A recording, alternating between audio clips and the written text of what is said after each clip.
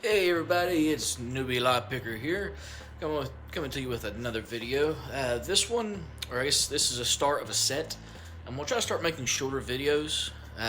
People might, want to watch them more if they don't see that it's 20-30 minutes long. So I'm gonna break this down into probably 3 parts. This first video is gonna be pretty fast. I might just do 2 parts because pretty much the first 2 sets is just bypassing, and then we don't actually get into actual picking until we get here. But these are the locks that I bring to every class that I teach. I've not like I've taught a lot. I've only taught 3 classes. I try to keep the class in between. Here comes one of my cats, Bella, to come be famous. Yep, there you are. Put it back down on the floor. But I try to keep it between 6 and 10 people. Any more than 10, I can't really get one-on-one with people and make sure that they can pick all these locks. Especially for them to be satisfied that they could pick all these locks and they learned all they needed to, to get that first basic, thing down. Any less than 6, it's not worth me renting out, a community center or renting out some place to have the class, renting a projector that's where I can go over the laws and whatnot, which will be a video. That might actually be a part 3. After all, if I only make this into a part, 2 parts, that's where I can go over. I won't have the slideshow, but I can go over the legality as far as what I know, things you need to watch out for. But it really depends on what state you're in, and that's only that's if you're from the U.S. If you're from outside the U.S., then it's different. So I can only tell you, things. We'll get to that. Try to make it short. Come on. Make it short. Alright. So let's start here, and then I'll check the time and see where we're at before doing this row. Because this one's going to take a little bit of time here. So I'm going to go and put that on the next video. Because I want to scramble that code wheel on camera, and where I can't see it, and then decode it. That's where y'all can actually see how to decode better, rather than me just knowing the combination. And anyway, so let's start off with one of these common, just generic padlocks. These are master lock wannabes. Usually you would see a laminated padlock like this, and you would expect it to be master, like this one here. It's a commercial master, but these are little knockoffs. They have one locking pawl. We'll get into shimming as well, so this is important for later. You can tell the type of locking pawl and how many locking pawls there are in a lock, well, active locking pawls, based on the shackle itself. This is completely smooth, and this here has a little notch in it. That notch is for the spring-loaded locking pawl. You can kind of see that going in and out. I need to get better lighting. Here we go. You can kind of see it kind of appear and disappear. Now, that's important when you go to shimming. I guess I can go ahead and talk about that.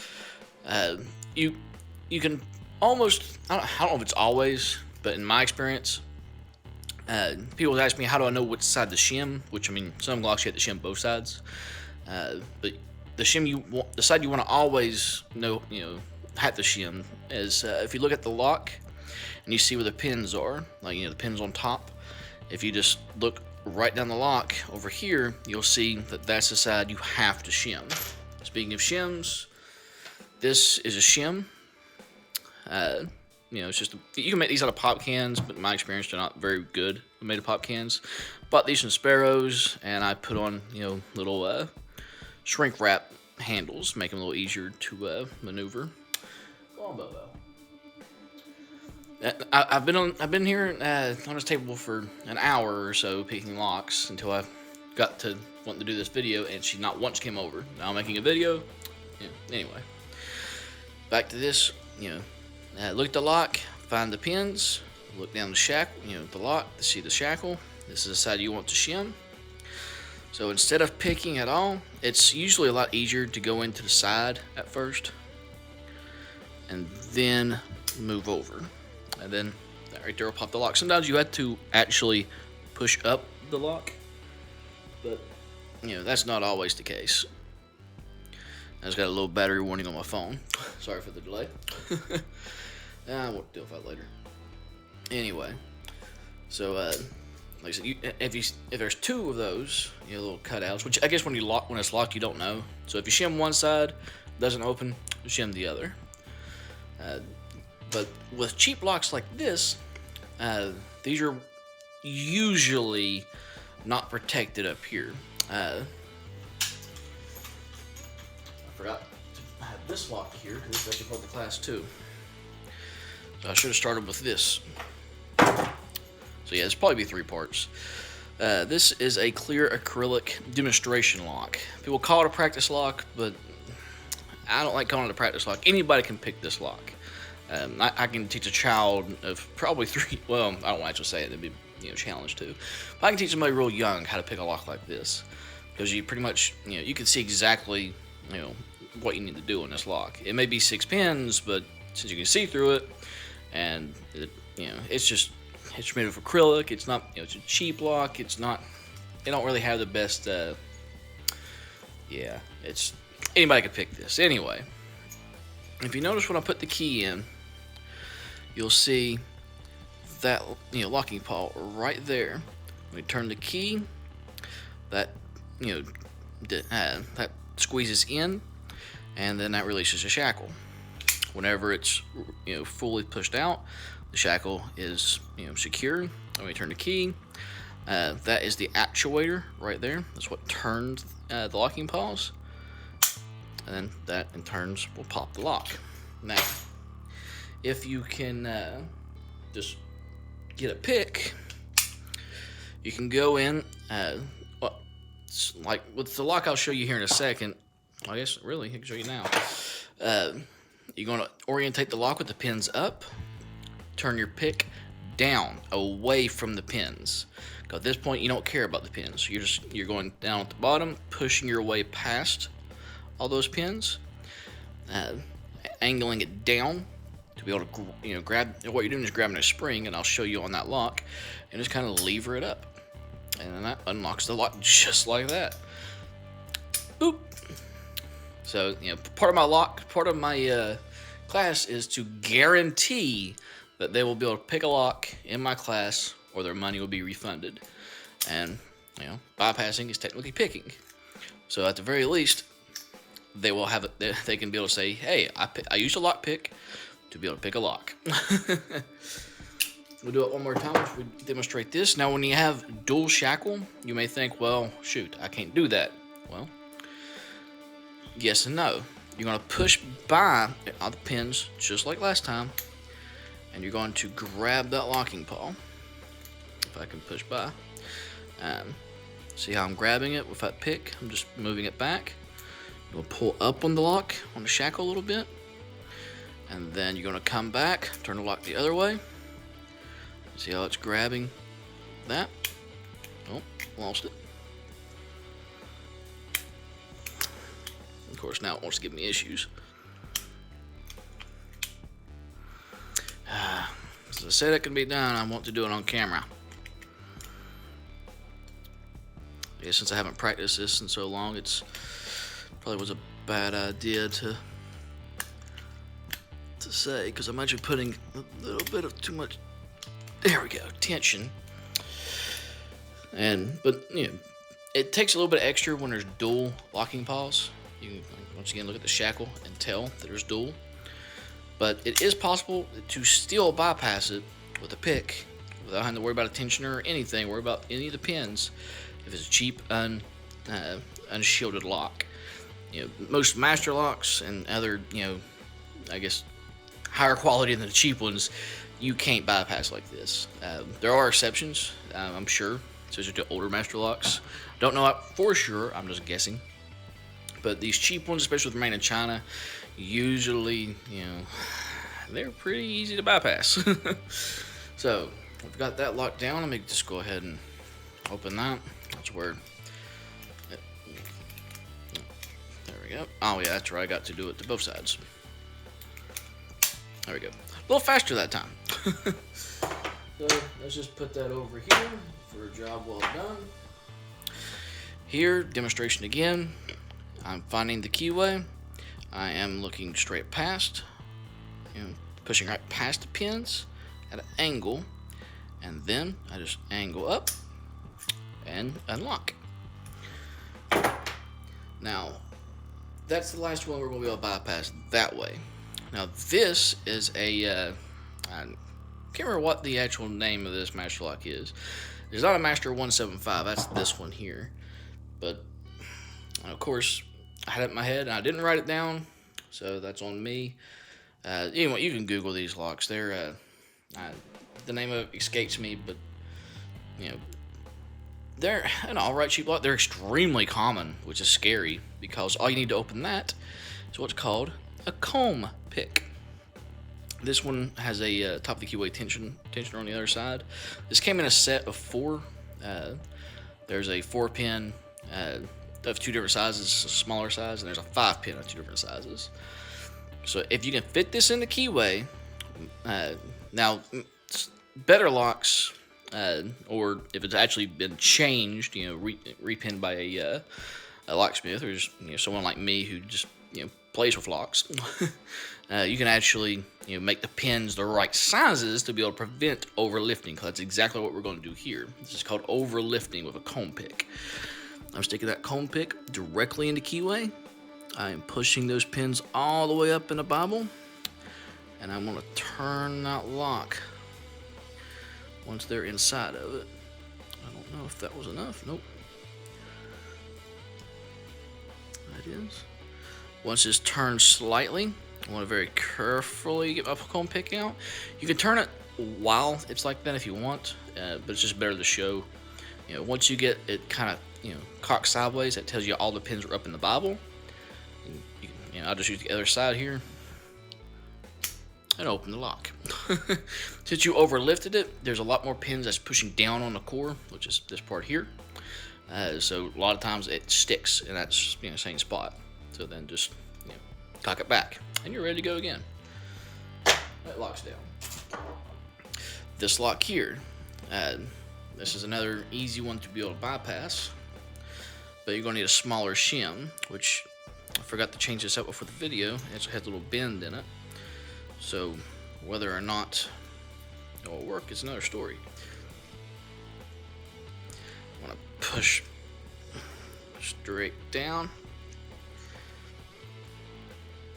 And as you can see, well, I'm off camera. There's that little bit of damage right there. So this shim may break. Which this is also, it broke. This is also an unshielded. That's what happens to shims when they break. But good thing about having gear is you're never far away from the rest of your supplies. There's those other comb picks, along with some other things. Things are falling out.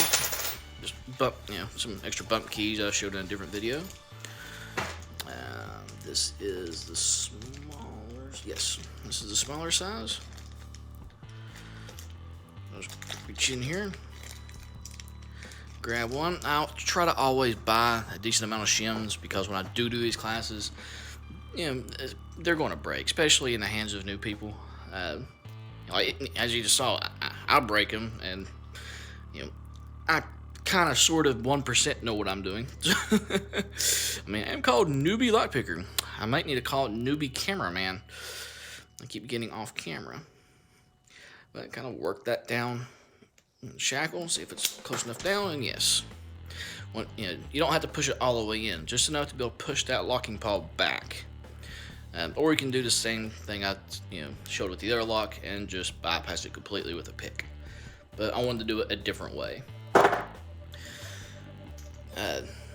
Come back. This is a Yale. Yale lock, Yale keyway. Very nice keyway. Very often copied. So, we could, wait, this is on a different road. Oops, sorry guys. Sorry, I was getting ready to jump ahead, and I'm in a 15-minute mark. Okay. This is what's called a wafer lock. They don't have pins in it, and it's really hard to tell. So, there's 2 different types. If you look down the keyway, Hey, baby. And there's no pins. You either have a wafer lock or you have a warded lock. I'll get to the warded locks in a second. Now, a wafer lock, they're very, very easy to be able to just rake open. You can just bully them open all day. I find it a little bit funnier to take my skeleton key set. There we go. And I'll just stick it in there. You know, as you can see, this isn't a key. This is a skeleton key, Biolin Sparrow's coffin key. I'll just stick it in the lock. I'll lever up and down. Oh, went on the way in the lock. There we go. And open. Yeah. Just come up. And of course, on camera, things don't want to work, but still opened. So good to go there. You can, use a rake or a pick and open it too, but it's a wafer lock. Don't waste your time. Just get a skeleton key or a rake. Just get that baby open. Which I still need this key set. This is what's called a warded lock. Get my warded lock picks. Now, to my knowledge, almost every common wafer lock can be opened with these 5 picks. I can go into detail more in a different video if people want me to about how warded locks work and why these open it. Basically, you're just going in there and grabbing the actuator. Now, I have experience with this lock. Commonly, it's either this one, or it's sometimes you have 2 different actuators, so you need these 2, or sometimes it's just, one actuator, dual side or not. Mine is only one-sided. I'll just orientate it correctly, reach down. I get past. You want to get past all the wards, and of course on camera, nothing. There we go. Yep. Curse to the camera again. There we go. Normally it's a lot faster now. It's like using a key. I just kept getting caught in the warding. I tried turning there, and then I finally got all the way down to be able to turn. But this video is long enough. This will probably be a 3-part series. I'll get to the American Yale Master 175, a smaller master, and everyone's favorite lock. Actually, this should probably be on this side. This is a very common lock for not only high schools and whatnot, but also for prison. Never been in prison, but I have family and friends who have, and they tell me this is pretty much what locks all their stuff up. Surprisingly, I've heard it's pretty common in the military too. So I think that's enough. This is going on 17 minutes. It's gonna be 18 probably. So yeah, I think that's plenty.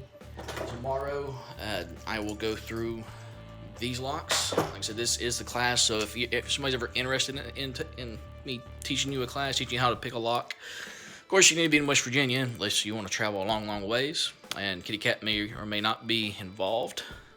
She wants to show her butt to the camera. Show your face, honey. Come here, baby. She's my oldest. Okay. Now that I want you, you're gonna stay out of camera range. Is that what it is? There we go. Pretty baby. Okay, that's enough there. Should we get her on camera? Yeah, she's adorable. Yeah, first rescue.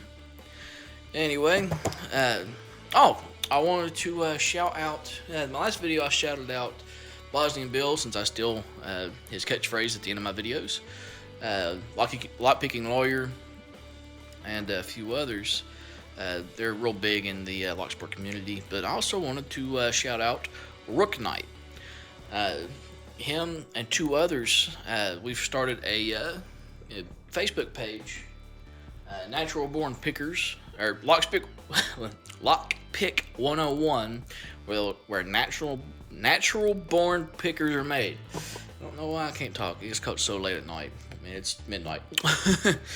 But we're starting a group there to where we're posting our videos when we send them out, and we're also putting a lot of other content out.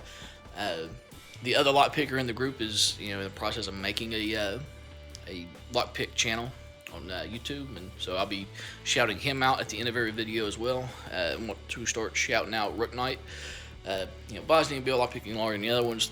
They're all pretty well known already. If you don't know them, I'm surprised that you got to my channel first. But Rook Knight. There was a commenter, I think it was Lockpicking Gal. Also a real good one to follow. I don't know her, or I think I've responded to her comment, but that was pretty much to the extent. But that's another good channel to follow. There's a couple others I need to write down, so I guess I'll have them at the end of the next video. But yeah, check out other channels. Rook Knight has a bunch of good content. His videos are shorter than mine, so it's more, less likely people are falling asleep watching his. So, give him a check out. His channel's doing really well. He's growing rapidly. So let's try to get him rising up real fast.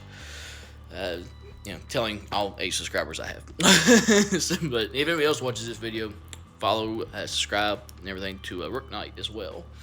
And for this video, like, subscribe, comment, thumbs up if you liked it, thumbs down if you didn't. Honestly, I'm fine with either way. Thumbs up tells me I'm doing a good job. Thumbs down tells me I need to improve, which I know I need to improve anyway. But thumbs down if it's just awful content and just anything it deserves a thumbs down. Comment if you have any suggestions on how I can better my my content. And if you're in West Virginia, state of West Virginia, and you're interested in a lockpick class, well, and you're near Charleston, I guess at the very least, comment on here. That you might be interested in showing up for video. I need to get at least 6 people together. That's where it's worth renting out somewhere. Covers all my overhead costs of renting out somewhere, the projector, all the other good stuff, and actually be able to make a profit. Otherwise, hopefully you'll be looking forward to the next videos. This is part 1 of probably a part 3, or maybe even a part 4 if I go into explaining all the other stuff that's in the class. I may or may not do that, because then what's the point of taking the class aside from getting hands-on and being able to, me be able to exactly teach you and, be there to teach you. That does make a difference. At least I think. It helped me whenever I had somebody. But I think that's it for the video. I'm over the 20-minute mark. Sorry about that. If there's, any questions or comments, please leave them. And since I'm stealing from Bosnian Bill, anytime I say this, I want to make sure people know that I'm taking his, sign off. That's where, he gets credit from it. Because I don't want people to think I'm still people's content without crediting them. So, as Bosnian Bill always says in his videos, stay safe, stay legal. Goodbye, everybody. Have yourself a wonderful day.